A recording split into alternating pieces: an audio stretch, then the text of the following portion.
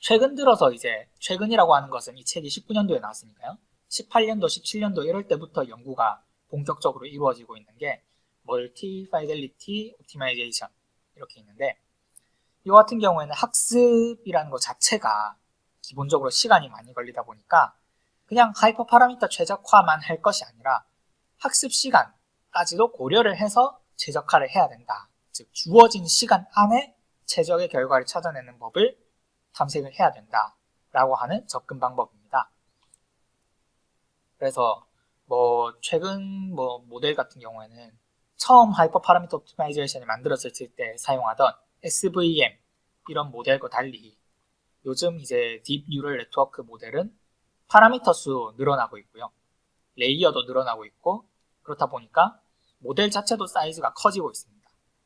그리고 데이터도 기존엔 테이블 안에 있는 정형 데이터였다면 이제 이미지, 음성, 영상 이런 것들 훨씬 더 용량이 많은 데이터를 이제는 수백, 수천만 개의 수준의 데이터를 가지고 학습을 하고자 한다라는 그런 요구가 많아졌기 때문에 학습 시간도 늘어나고요.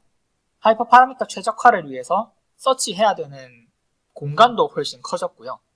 최종적으로 이제 하이퍼 파라미터 옵티마이제이션을 하는데 걸리는 시간이 어마어마한 시간이 거의 기하급수적으로 늘어나는 그런 상황 속에 놓여 있습니다. 그래서 이것을 최적화하는 것이 하이퍼 파라미터 옵티마이제이션 그 자체보다도 더 중요하다라고도 말할 수 있습니다.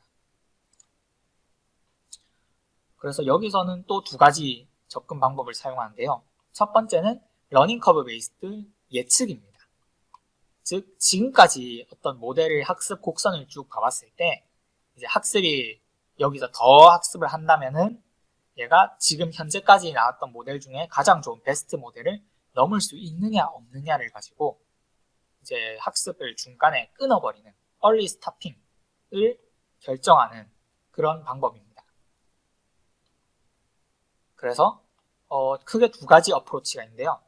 첫 번째는 predictive termination이라고 해서 베스트 모델의 학습 곡선을 쭉 이제 그려놓고 현재 저희가 학습을 진행 중인 모델을 학습 곡선을 쭉 그려놨을 때 이제 그 뒤에 어떻게 이 모델이 더 좋아질 수 있을까 없을까를 마찬가지로 베이지안 옵티마이제이션을 통해서 예측을 하고 그게 일정 어떤 스레숄드를 넘지 못한다면은 학습 중단하고 다시 새로운 하이퍼 파라미터 셋을 이용해서 학습을 하자라고 하는 그런 접근법이 하나가 있습니다.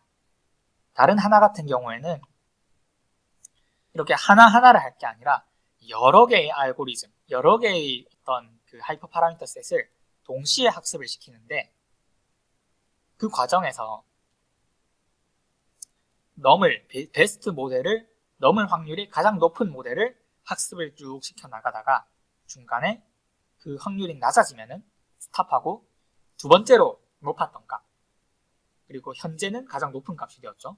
이것을 또 쭉 학습을 시켜 나가다가 베스트 모델을 넘으면 당연히 갱신을 하는 거고요. 끝까지 가는 거고요.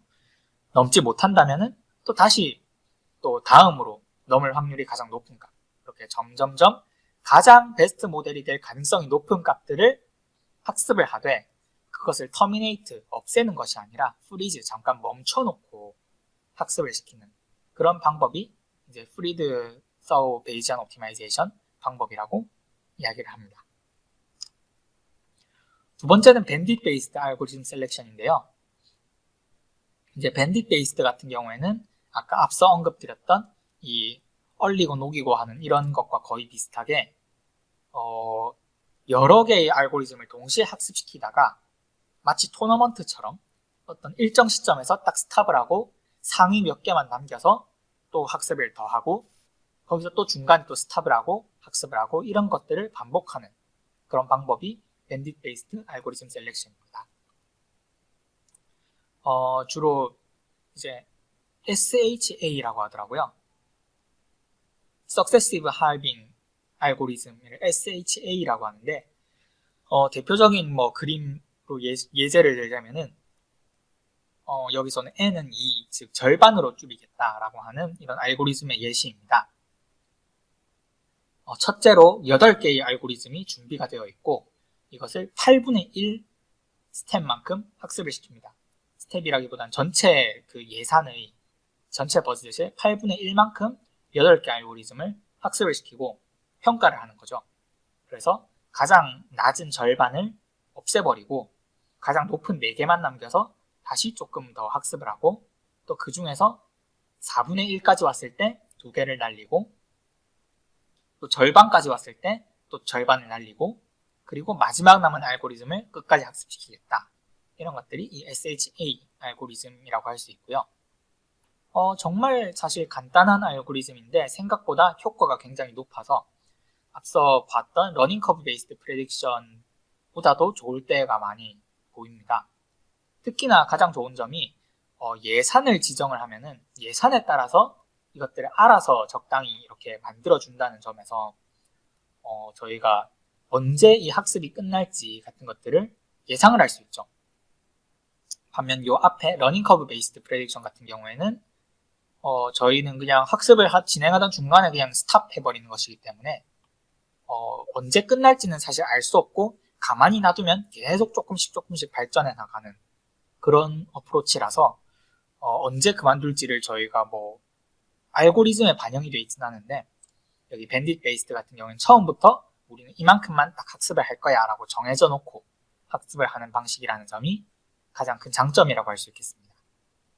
그리고 이제 2019년 기준으로 하이퍼밴드 알고리즘이 이제 이 석세시브 할빙의 개량형인데 거의 차이는 없습니다.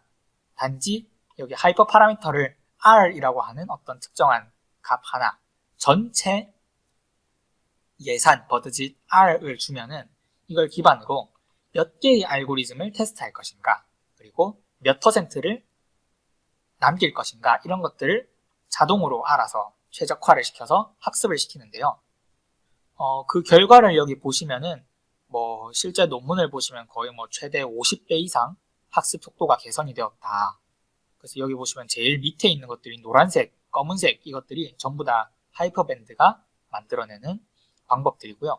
뭐 랜덤 서치 이런 것들과는 비교할 수 없을 만큼 굉장히 빠르게 최적화가 되는 것을 볼 수 있습니다.